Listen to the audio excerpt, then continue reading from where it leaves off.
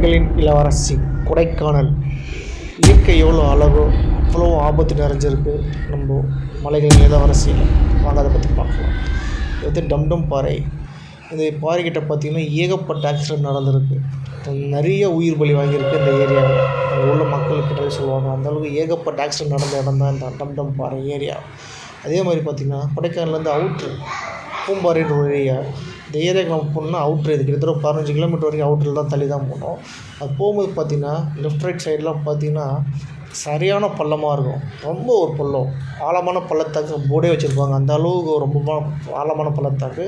Car டிரைவர்லாம் வந்து பண்ணும்போது ரொம்ப கவனமாகவும், கார் ஃபஸ்ட்டு கண்ட்ரோலாக இருக்குது, எல்லாமே கரெக்டாக இருக்கா செக் பண்ணிக்கிட்டு இந்த மாதிரி ஏரியாவில் கார் கொண்டு போங்க. ஏன்னா ரொம்ப ஏகப்பெரிய ஆழமான பள்ளத்தாக்கு உள்ள ஏரியா தான் பூம்பாறை. சரிங்களா? அதே மாதிரி பார்த்திங்கன்னா கொடைக்கானலில் கொஞ்சம் அவுட்ரு தள்ளி போயிட்டோம் அப்படின்னா பல்லங்கின்ற ஊர் இருக்குது. இந்த ஊரும் பார்த்திங்கன்னா பயங்கரமான பள்ளத்தாக்கு உள்ள ஏரியா தான். எல்லாமே ஆழமான பள்ளத்தாக்கு உள்ள ஏரியா தான்.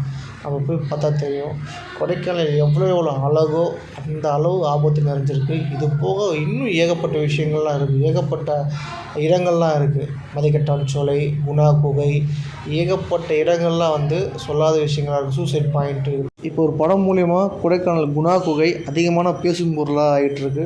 அந்த ஏரியா வந்து டிவில்ஸ் கச்சன்னு அப்போவே வந்து தடை செய்யப்பட்ட ஒரு பகுதி.